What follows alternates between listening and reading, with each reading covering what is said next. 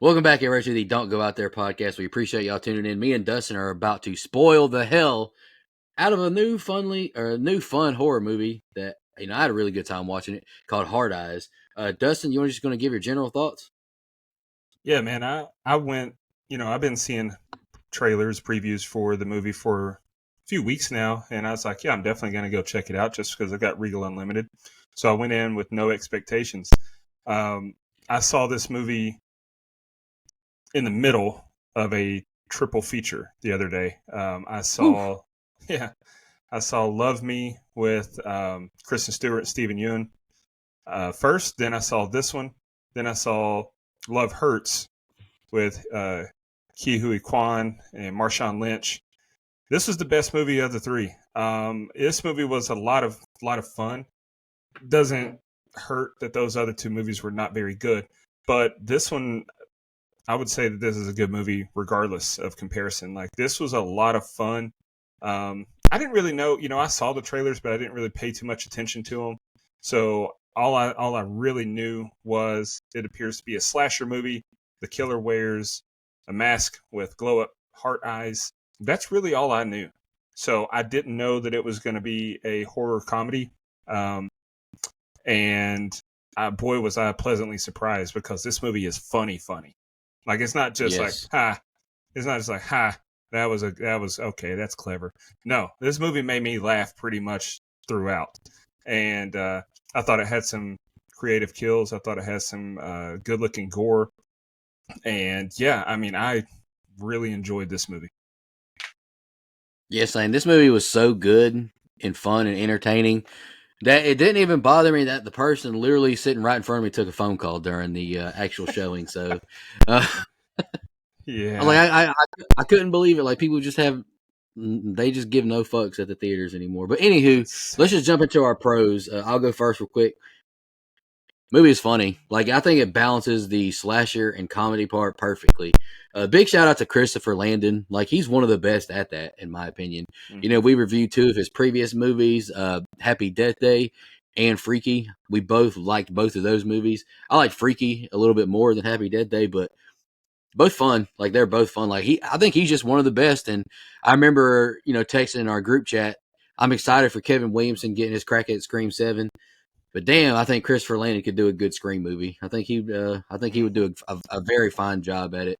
But that whole franchise right now is just going through it right now with adding new people, controversies, blah blah blah. But Hard Eyes was fun, man. I thought Mason Gooding was a standout. We know him from Scream 5 and Scream 6. I thought he was a standout. I thought he did a great job. Being that that hunk male lead for like a romantic comedy thing. Not too familiar with Olivia Holt's game, to be honest. I saw where she's in the new horror movie called Totally Killer, but I hadn't seen that yet. It's one we definitely need to check out because it's got Kieran Shipkin in it as well. She's a horror legend in the making. Mm-hmm. Yep. We got some other OGs. Devin Sawa, I thought he was fun on screen. Uh, Jordana Brewster, we know her from Texas Chainsaw Massacre at the beginning. Horror wise and so many other things. I just thought the comedy was really good. Like, it made me laugh a lot. I mean, we got a vibrator on screen. That was hilarious. It was a character. Like, it was a Yeah, character. it was. We got Amazed by Lone Star. I'm a big country music fan. I thought it was great, man. In the opening, I mean, it sucked me right into the movie, and it was just a good time. Like, is this something that's going to win an Oscar? No, but it's fun. It was a good time. Like, if you like Scream movies, I think you'll love this movie. Yeah. Absolutely. So I'll get us going with my pros here. Mason Gooding, I agree. He was great in this movie. Sidebar: do you think he, like, his agent negotiates into his contracts like he can't die? He's not going to die, or he's not doing the movie. But because Yeah, honestly. he took some damage in this one too, but he lived to tell the story. Olivia Holt, I texted you during it. She captured my heart in this movie. I thought she was fantastic, and she's easy on the eyes as well. Um, and I think, and she's from Germantown, Tennessee, right outside Memphis, so that's cool. I thought the comedy was great. The fact that Jordana Brewster and Devin Sawa, their last names were Hobbs and Shaw, That was when hilarious. Jordana Brewster is in the Fast, very prominent in the Fast and Furious franchise. That was funny. Like, this movie, is I put it in my letterbox review. I said it's definitely cheesy, but like the best kind of cheese. Like Hmm. it works. And you mentioned Christopher Landon, Michael Kennedy, one of the other writers. They Friend worked of the show, together. What? friend of the show, Michael Kennedy. Friend of the show. They worked together on Freaky. He also did It's a Wonderful Knife, which I was a fan of. And so I think, and I don't want to discredit Philip Murphy, one of the other, the other writer. I'm just not familiar with his other credited project, Hitman's Wife's Bodyguard. I haven't seen that one. But the three of them knocked this one out of the park. Like, it was funny. And uh, The gore was great too. Like the the kills what? were really good. The Oh, kills were yeah. really good. Yeah, I mean, getting killed by the wine, the grape masher. I don't know what that machine's called in the beginning, but that was cool. Um, I think that a lot of the kills were cool and a lot of the violence was cool. I like the little, the red herrings. It's like, ooh, is Jay Simmons? Is he the killer? I didn't buy it for a second, but I like that there was an attempt there that made sense and it worked. So you said it, not going to win an Oscar or anything, but it doesn't have to. Not every movie has to be a masterpiece if it can be enjoyable. And I had so much fun with this movie. Yeah, and when we say that it's not a masterpiece, that doesn't mean it's bad by No, any means. It's just not, like I don't even know what to use as an example. Like well, it's not something like that's going to merit Oscar praise, like The Brutalist, for example. Like I haven't seen that, but it's not something that's being made to like tell a huge story or win yeah. anything. It's just something you want to get some popcorn and a drink and go have fun at the movies. If you this is something you like, if this is something you're interested in, if you like good kills and you like to laugh, like you're gonna like this movie. So, Like I so really this, haven't seen any bad reviews on it. I haven't looked at any reviews, but I'm glad you said that. I'm glad to hear that. Yeah, it's not, that doesn't make it a bad movie. It's just not, when you think of Oscar winners, Best Picture or whatever, you're thinking movies that invoke thought, movies that you really have to lock into because there's so many hidden layers and details to it. This one, you don't have to pay attention to every little detail, but it's going to keep your attention and captivate you to where you want to. That's the mark of a good movie. When the script and the story isn't the strongest, it's not, you know, this isn't, we haven't seen this exact movie before, but we've seen this movie before. Like, there's Yeah. nothing groundbreaking in this as far as story wise, but they did it in such a way that it's like, yeah, I love this. Yeah, this movie's like kind of like just like a classic meal as a kid, like growing up, like a sloppy Joe or some hamburger helper. It's just comfort and it's fun. And it's like there's and we've reviewed and seen so many movies on our show that are like Scream ripoffs, Scream wannabes. Like for example, Valentine, like another Valentine themed horror movie. This movie is so much better than that one. Like it's just written better. It's more fun. Like the kills are better. And I think you and I are both in agreement with this. It's just a fun movie. And then I Mm-hmm. know as soon as it comes out on digital, like it's going to go on our list to pick to review it one day because it's just a good I time. mean, it's already overdue. Yeah, I agree. I mean, hell, why not? I say let's review the whole thing now. Yeah. I'll go take notes on it tonight. No, but let's jump into our qualms. Really, my only qualms are like the reveal really didn't blow me away. Like I don't know. I don't know what I was expecting, but it didn't blow me away. But it didn't disappoint me either. If that makes any kind of sense. Yeah, it's fair. Like I really appreciated the fact that when they killed the first one, because there's 3 hard eye killers, and we already said we're spoiling it. So if you're listening, that's your fault. Yeah. Like when they killed the first hard eye killer, and like it was somebody we had no idea who it was, I was kind of good with that. Because like Scream, like they're always like trying to tie back in one person who we've seen all along. And if you listen to our Scream reviews, I'm always the one who's disappointed because it's like, oh, give me a break. Like it didn't bother me that it was just somebody that we didn't know about. Like I was kind of fine with that. But then when they revealed this one random guy who hit on Allie, Olivia Holt's character, at the IT guy from the police station, and then it was Jordana Brewster as well. It's like, man, like it's okay, but it's like nothing groundbreaking. What do you think about that? Yeah, no, I agree. My only issues with the movie are that third act. Um, I thought when they killed the hard eye killer, I looked at my phone to see what time it was, And I mean, it's a short movie anyway. It's only an hour and a half, hour 37 minutes. But when I saw what time it was, I was like, oh, that happened way too early. There's going to be another twist. And there Yeah. was. And then when Jordana Brewster shows up there to take Jay home or to the airport or where, hotel, whatever, it's like, I knew it, because how else would she have gotten out of that police station alive? And so Yeah. the big reveal that it was her, that she was involved in it, it's like, yep, okay. And then I thought that whole church scene, the chapel scene, I thought it drug a little too long. The action was good in it, but I think just the premise in general took me out of it so much that I was like, can we just get this over with now? And so the ending was disappointing to me, but everything that led up to that, and then the stuff that happens after the church scene, I was entertained but so much that I was like, okay, I forgive it. It's fine. I kind of would, like, I agree with you. The kills in the church were good and all that, but I kind of wouldn't have minded if it just went romantic comedy at the end. Like, they don't have that line about where Mason is telling Allie about, what's Mason's name? I can't even remember. Jay. Where Jay is telling Allie, she's not my type and there's nothing to worry about.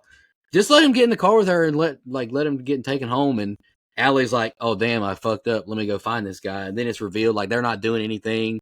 And we just wrap it up with like just a little heartfelt ending. I think I would have probably liked that better, honestly, just because there's no lackluster reveal. Like, and then it's just a happy ending. And I'll do you one better. If you're gonna have that ending that they had, when she's in her apartment and she's like, okay, I'm gonna do it. I'm gonna go after this guy. Her apartment looked creepy enough to where I expected someone to get her then. Mm-hmm. So I would have almost, since there are two hard eye killers, it's Jordana Brewster and her boo. I would have almost preferred like one of them come out of the shadows and get her there, and then they take the sack off her head in the church, and she looks and sees Jay's there, and they give him one of the choices there. But just the fact that she went and how it was happening, like she got the text message or whatever it was. Was it a text message or was it a call? I believe it was a phone so. call. It was a phone call because it was it was phone call. Distorted voice. So like to me, that could have saved us a couple minutes there because she's wandering around the. We did get the funny scene at the airport where she hugs the random guy and it's not Jay, but I don't know. It would have added to the suspense and tension to just have her get nabbed in her apartment as well, and then hey, you two. You got to make a decision. Who lives, who dies? Does love win? I don't know. Maybe that's a fix. Maybe it's not. But yeah, I really don't have a ton of qualms. I gave the movie a 4 out of 5 on Letterboxd, and really, I can't.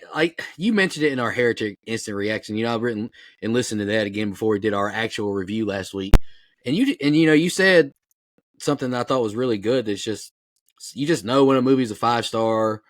And it's just not a 5-star to you. And that's just how I feel about Hard Eyes. Like 4 out of 5, I think is good. It's fun. It's a good time. It's nothing like Interstellar that's going to make you feel anything or anything like that. So, I think 4 out of 5 is solid for a, little Valentine's slasher romantic comedy. Absolutely. An 8 out of 10. Are you kidding me? That's a really good movie. So, yeah, it really is. Especially, given my history of being a tough grader on our show. Because I gave it a 4 as well. I can't recommend it enough. If you like fun, you want some good comedy, you want some good kills, you want a touchy, feel good, happy ending love story. This is a great movie to go see. And Chris Landon, I can't remember if he posted on Instagram stories or on X. He said, if you want a new slasher franchise, go support the movie. It's like, yeah. I could see this continuing on. I'm not saying I want more and more and more, but I don't know if I'd be mad at one more of these. You know what I mean? I agree because it's funny. I texted the group chat while I was in the theater, and it's like, this is giving major Scream vibes. And I could see that. Like, in this movie, they already planted the seed. They had the guy who was the first hard eye killer that got killed. He was just a fan who was obsessed with their work and everything. You could continue that. You could continue that. Now, something else that bothered me in this movie, and we saw it a lot in the Scream franchise, but we also saw it in Thanksgiving. I hate it when random people in the crowd are wearing the killer's mask. Yeah, same. It's like, come on. Like, I get it. But Terrifier did it too. It doesn't bother me in Thanksgiving just because that's like the town mask. But like Scream, it's like, come on, they're gonna ban that mask. Like this movie, like that killer is nationwide because it's going all over the country. Like they're gonna ban that mask too. It's like if you wear that in public, you're gonna get arrested. Like it just didn't make no damn sense. Like I agree. Yeah. I didn't even think about that, but I agree with you. I forgot about it until I just started talking. Sometimes I start talking, don't know where we're going, and we just get to the destination. That's what happened there. But, but yeah, I mean, we could definitely see a sequel, a couple sequels. Just don't milk it to death, because then it starts to lose its magic, and it's, you can, even if it's the jokes are good and the kills are good and the entire franchise, if it loses some of its luster, you don't care about it as much. So don't run it into the ground, but sure, give me another one or two of these. I love this one. Yeah, I agree. I don't know if you keep the same, I don't know if you keep Olivia and Mason. I mean, maybe. Maybe maybe they're maybe they're the first victims in the sequel. That way they're there. But Mason doesn't die, bro. He's never. Yeah, that's true. He survived what? 2 Scream movies, Y2K, and this. Yeah. He's invincible. I'm telling you, he has the best agent in showbiz. You ain't joking. I mean, it's like fucking God damn. Who was in Halloween H2O and Deep Blue Sea? Oh, he's a rapper. Yeah. Is it LL Cool J? LL Cool J. Yeah. Yeah. Okay. Yeah. He had an elite agent too. Like he couldn't die in anything in the 90s. Shout out to him. Yeah. Well, I mean, they call him Big Ellie. You can't kill him. Ladies love Cool J. I think Cuba Gooding probably said, "Hey, don't kill my boy on screen now." Nah, but I think I'm at a pretty good stopping point. There's not. I mean, this movie's nothing to deep dive into. You're just gonna have a good. Go ahead. I think you just blew my mind. Is Mason Gooding Cuba Gooding's son? Yeah. What? I had no idea until just now. And now that you said it, I can see it. That's crazy. Okay, shout out to him. That's like Brian. He was mind blown in The Substance that Margaret Qualley was Andie MacDowell's daughter. Yeah. And sometimes nepotism is a good thing because it's given us those two. It's given us one of my favorite actors, O'Shea Jackson Jr. Sometimes it's the worst thing that ever happened to cinema. I'm looking at you, Dakota Johnson. Who is she the daughter of? Don Johnson. Oh, yeah. Don Johnson's a good actor. He is. The apple not only fell far from the tree, it fell in the next county. Like, what is happening there? Yeah, whole different apple orchard. I can't. And she's Don Johnson and Melanie Griffith's daughter.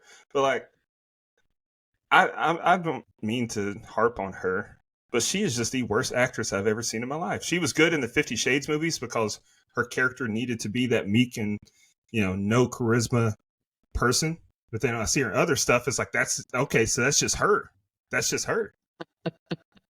Sorry.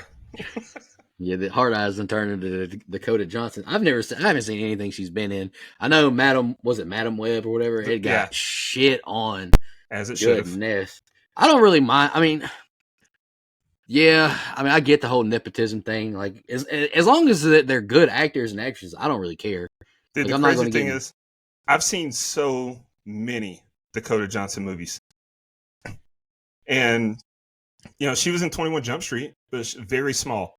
Very small. I've seen that movie. But I don't remember. She was Fugazi, one of the other cops. The other girl undercover cop when she's like finger popping each other, like the white girl, that's her. But she was in The Peanut Butter Falcon, a fantastic movie. She was a wet fart.